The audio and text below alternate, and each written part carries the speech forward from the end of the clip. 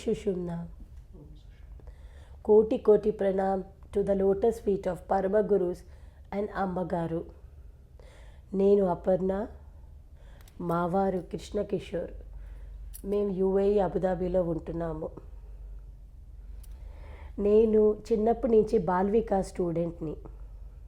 నేను శ్రీ సత్యసాయి బాబా డివోటీని.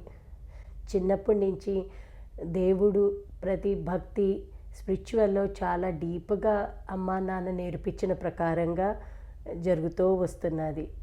నేను 2010లో మా మ్యారేజ్ అయింది. మా మ్యారేజ్ అయిన తర్వాత నేను షార్జాలో ఉండేదాన్ని, అబుదాబీకి ఉండేదాన్ని. అబుదాబీ నుంచి నేను షార్జాకి షిఫ్ట్ అయ్యాను. మా అమ్మ నాన్న 2 years నుంచి సుషుమ్నా క్రియాయోగా వాళ్ళు చేసేవాళ్ళు. మా అమ్మ నాన్న నన్ను, అమ్మ అపర్ణ నువ్వు కూడా చేస్తే బాగుంటుంది అని చెప్పేవాళ్ళు.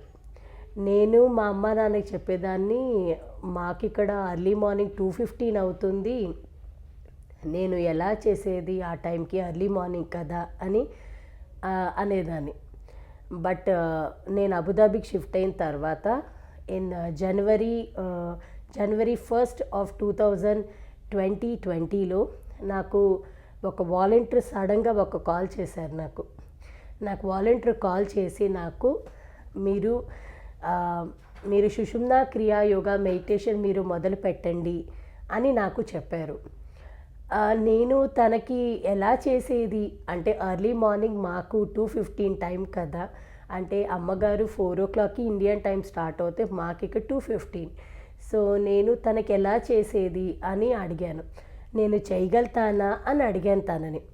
తన నన్ను ఒక్కటే అన్నారు, మీరు చెయ్యండి, మీకు వాళ్ళే చేయించుకుంటారు.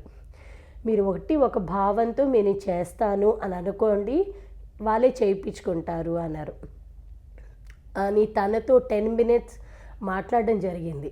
మాట్లాడిన తర్వాత నేను మనసులో ఊరికే అనుకున్నా, నేను చేయగలుగుతానా అంటే మధ్యలో ఒక్కరోజు కూడా నిలపకూడదు అన్నారు అమ్మగారు. ఒక్కరోజు నిలిపితే మనం 10 రోజులు ఎక్స్ట్రా చేయాలి. ఆ భావంతో నేను మధ్యలో నిలపకూడదు కదా, చేసేది మనం పూర్తిగా 49 రోజులు చేయాలి అని ఒక భావం వచ్చింది. ఎలా చేయాలి, కొంతసేపు గమ్మునిగా కూర్చొని ఆలోచించుకొని మనం చేద్దాము అని దృఢ సంకల్పం తీసుకున్నాను. దేవుళ్ళ దగ్గర కూర్చొని నేను ఇలా సుషుమ్నా క్రియా యోగా మెడిటేషన్ రేపటి నుంచి మొదలు పెడతాను, మీరందరూ నాకు అవకాశం ఇచ్చి నా పక్క నుండి చేయించండి అని దండం పెట్టుకున్నాను. ఆ రోజు అదే టైంకి మా వారు ఆఫీస్లో ఉంటే మా వారికి ఫోన్ చేసి రేపు మనం మార్నింగ్ 2:15కి ఇలాగా సుషుమ్నా క్రియా యోగా మెడిటేషన్ చేస్తున్నాము అని ఆయనకు చెప్పాను. ఆయన నవ్వేసి నువ్వు చేయగలుగుతావా 2:15కి లేచి అని అడిగారు.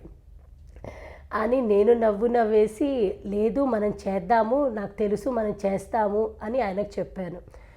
ఆయన దానికి సహకరించేసి నువ్వు అనుకున్నావు కదా చేద్దాంలే ఇద్దరం కలిసి అని అన్నారు.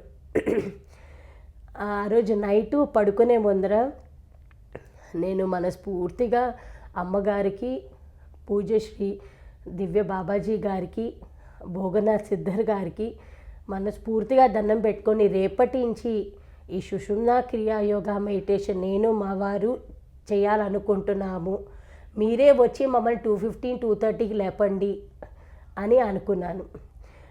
అనుకోకుండా అసలు నేను 2:15 midnight ఎప్పుడూ లేయలేని పరిస్థితికి నాకు నేనే అలారం పెట్టుకొని 2:15కి లేచి ఇల్లు అంతా నీట్గా చిమ్మేసుకొని, దేనికంటే మన పరమ గురువులు మన ఇంటికి వచ్చినప్పుడు మనము ఇల్లు శుభ్రతగా మన ఇల్లు ఉండాలి అనే ఒక భావం ఉండేది. అందుకని ఆ థాట్ వల్ల నేను మార్నింగ్ 2:15కి లేచి ఇల్లు వాకిలన్నీ నీట్గా చిమ్ముకొని ఇల్లంతా 2:30 అమ్మగారు స్టార్ట్ చేసే లోపల అన్ని కార్యక్రమాలు చేసేసుకొని 2:30కి అమ్మగారు అక్కడ స్టార్ట్ అయ్యే ముందు అక్కడ పద్మాసేసుకొని కూర్చొని మొదలు పెట్టడం జరిగింది నా జర్నీ. సో ఇట్ వాజ్ జనవరి 2020. దాని తర్వాత 49 daysలో అమ్మగారు చెప్పినవి ఎన్నో మిరాకిల్స్ నేను అనుభవించాను. ఫస్ట్ నేను అనుభవించింది ఏంటంటే సుషుమ్నా క్రియాయోగా మెడిటేషన్లో నాకు బ్యాక్ పెయిన్ ఉంది. I can't SIT for long time. నేను అసలు పద్మాసం వేసుకొని ఎక్కువసేపు కూర్చోలేను. అలాంటిది నేను సుషుమ్నా క్రియాయోగా మెడిటేషన్ చేసినప్పుడు పద్మాసం వేసుకొని ఫస్ట్ 2-4 days కొంచెం ఇబ్బంది పడడం జరిగింది. సో కొంచెం బాగా పెయిన్ వచ్చింది. బట్ దాని తర్వాతనే నేను మళ్ళీ ఓపిక్గా కూర్చునేదాన్ని. కూర్చున్నప్పుడు స్టార్టింగ్లో నాకు ఒక రకంగా చల్ల గాలి నన్ను తాకేసి వెళ్ళిపోతున్నది, ఆ భావం వచ్చేది. అలాగనే ఎన్నో 3-4 సార్లు నాతో పాటు అది జరిగేది. చల్లగాలి అంటే అసలు ఫ్యాన్ కూడా వేసేవాళ్ళం కాదు, అండ్ ఏసీ కూడా లేదు. బట్ ఆ టైంకి ఆ వాతావరణం ఎర్లీ మార్నింగ్కి చాలా చల్లగాలి నన్ను వచ్చి నా శరీరాన్ని తాకేసి వెళ్ళిపోయేది. మళ్ళీ 10 నిమిషాల తర్వాత మళ్ళీ వచ్చి నా శరీరం తాకేది. అలాగా నాకు ఇది సుషుమ్నా క్రియ యోగా మెడిటేషన్ వల్ల ఎనర్జీస్ ఫ్లో అవుతున్నాయని నాకు అప్పుడు తెలిసేది కాదు. అలాగనే మెడిటేషన్ చేసే టైంలో నేను ఒక డీప్ టన్నల్ లోపల, అంటే ఒక చీకటి లోపలికి వెళ్ళిపోతున్నాను. ఎక్కడికి వెళ్ళిపోతున్నానో తెలియట్లేదు. చాలా చీకటి లోపల వెళ్ళిపోతున్నాను. లోపల ఎక్కడో గుహలో ఒక లైట్ వస్తున్నది, మళ్ళీ గుహలో వెళ్ళిపోతున్నాను. మళ్ళీ లైట్ వస్తున్నది, మళ్ళీ గుహలో వెళ్ళిపోతున్నాను. శరీరం పడిపోతూ ఉండేది, లైక్ ప్యారలైజ్. మన ప్యారలైజ్ అయినప్పుడు మన బాడీ మన కంట్రోల్ ఉండదు. నేనే పడిపోయేదాన్ని, మళ్ళీ నేనే లేచి కూర్చునేదాన్ని. అలాగా నాతో పాటు జరిగేది. ఒక్కరోజు సుషుమ్నా క్రియాయోగా మెడిటేషన్లో చేసే టైంకి నా వెన్నెముకించి ఒక పావు కింద భాగం నుంచి కదిలి పై తల భాగం దాకా కదలడం చూశాను నేను.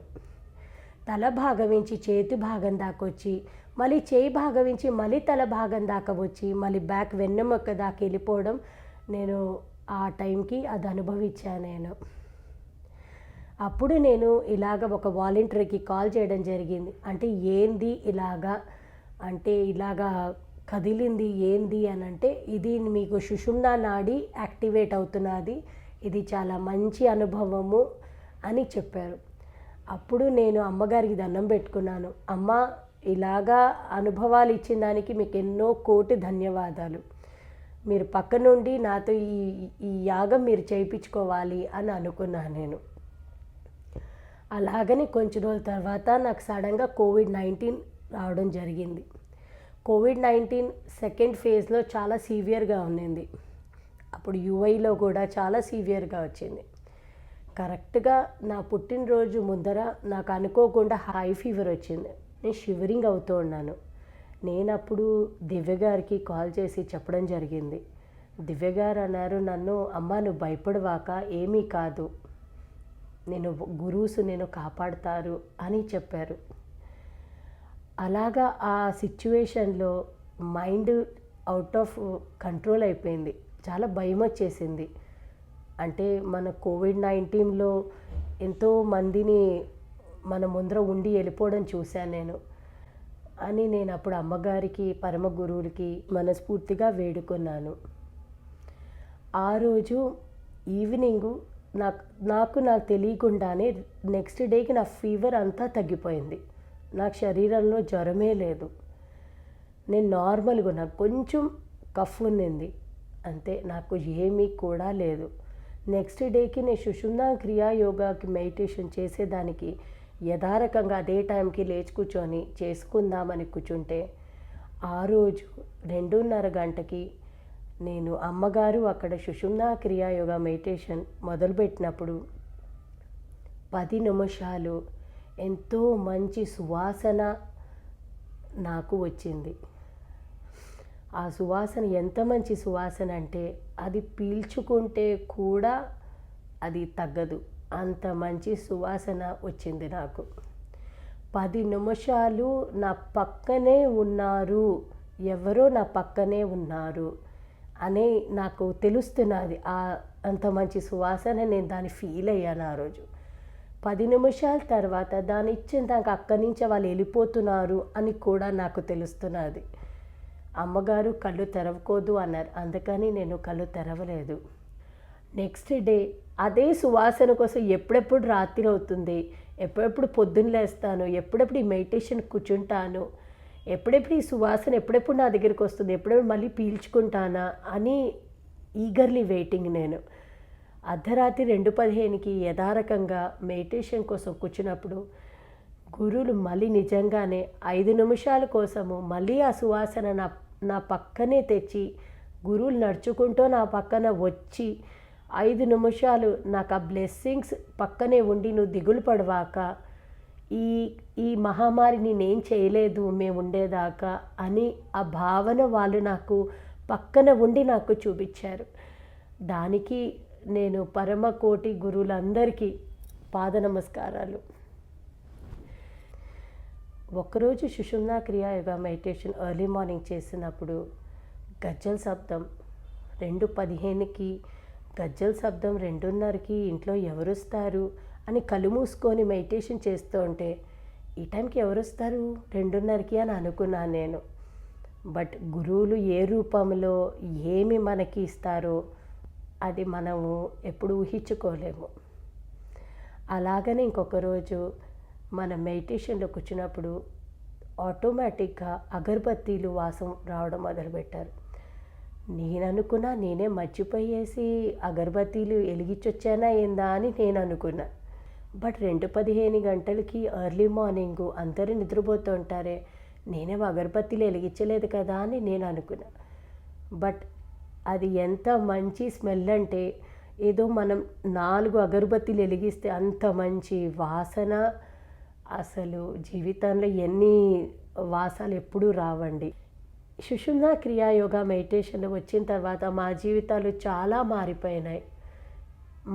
మా లైఫ్లో పాజిటివ్నెస్ థింకింగ్, ఆలోచించడం, ప్రతి టెన్షన్ నుంచి లేదు వాళ్ళు చూసుకుంటారు కదా, ఏ సమస్య కూడా రానివ్వండి, వాళ్ళు ఉన్నారు, మనకు దేనికి దిగులు, వాళ్ళే అన్ని చూసుకుంటున్నారు కదా అని ఒక భావన నాలో జాగృతి అయింది దానివల్ల. ఒకరోజు నేను లలితా త్రిసతి చేసుకుంటాను, ఇంట్లో కుంకుమతో పూజ చేసుకుంటాను. ఒకరోజు శుక్రవారం రోజు పూజ అయిపోయిన తర్వాత నేను మా వారు అలా బయటికి వెళ్తూ ఉన్నాము. నేను ఇంట్లోంచి ఎప్పుడు కూడా బయటికి వెళ్ళినప్పుడు నేను ఓం శ్రీ లలితామాత త్రిపుర సుందర్యై నమః అని నామస్మరణ ఎప్పుడూ చేస్తూ ఉంటాను. అది ఒక రకంగా అలవాటైపోయింది. ఎక్కడ కూర్చుంటే కూడా ఓం నమో లలితామాత త్రిపుర సుందర్యై నమః అని నామస్మరణ చేసుకుంటూ ఉంటాను. ఆ రోజు అలాగనే నామస్మరణ చేసుకుంటూ నేను మాల్కి వెళ్ళాను. మాల్కి వెళ్ళేసి ఇంటికి వచ్చాను. ఇంటికి వచ్చిన తర్వాత వంట వండుతూ ఉన్నాను. వంట వండినప్పుడు నాకు ఒక అద్భుతంగా జరిగింది. ఆ అద్భుతం ఏంది అంటే, నేను ఒక అమ్మవారు నల్ల రాయితో పెద్ద విగ్రహము పక్కన బంగారంతో సింహాసన, అమ్మవారు ముఖంలో మంచి కళ, ముకుటము, బంగారంతో ముకుటము, చిరునవ్వు, అస్సలు రెడ్ చీర కట్టుకొని బంగార నగలతో అమ్మవారిని నేను ఆమె దగ్గరగా వచ్చేసిన భావన వచ్చింది. ఆ రోజు నేను వంట చేయడం కూడా ఒక్క నిమిషం భయపడే ఆపేశాను. ఏంది నేను ఊహించుకుంటున్నానా లేదా అని నేను మళ్ళీ డైవర్ట్ చేసుకొని నేను మళ్ళీ ఓం నమో లలితామాత త్రిపుర సుందర్యై నమః అనుకుంటూ వంట చేసుకుంటున్నా.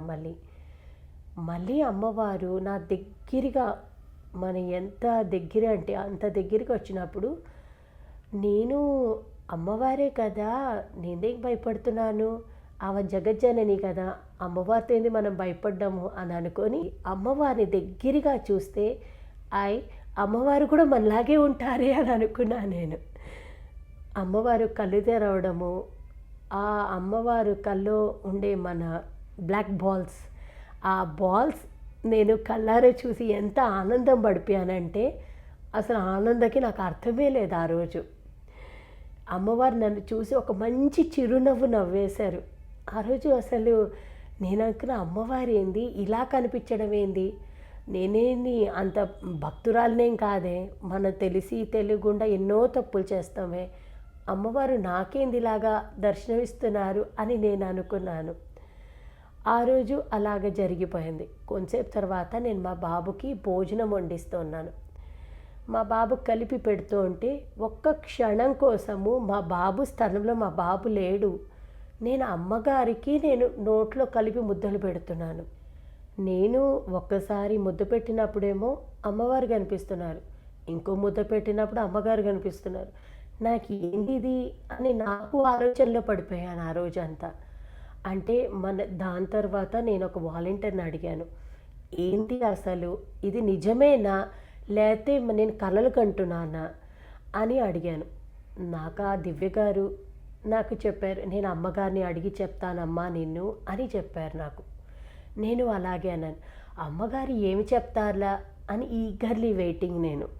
పొద్దున, మధ్యాహ్నం, సాయంత్రము దివ్య గారే మెసేజ్ పెడతారా? అమ్మగారు నాకేం మెసేజ్ ఇస్తారా? అని వెయిట్ చేస్తూ ఉన్నాను. నెక్స్ట్ డే అమ్మగారు నాకొక విషయం చెప్పనీకని చెప్పారు. తన తను ఊహించుకునేది నిజమేను. తన కల కనట్లేదు అని చెప్పారు అమ్మగారు నాకు. అప్పుడు నాకర్థమైంది.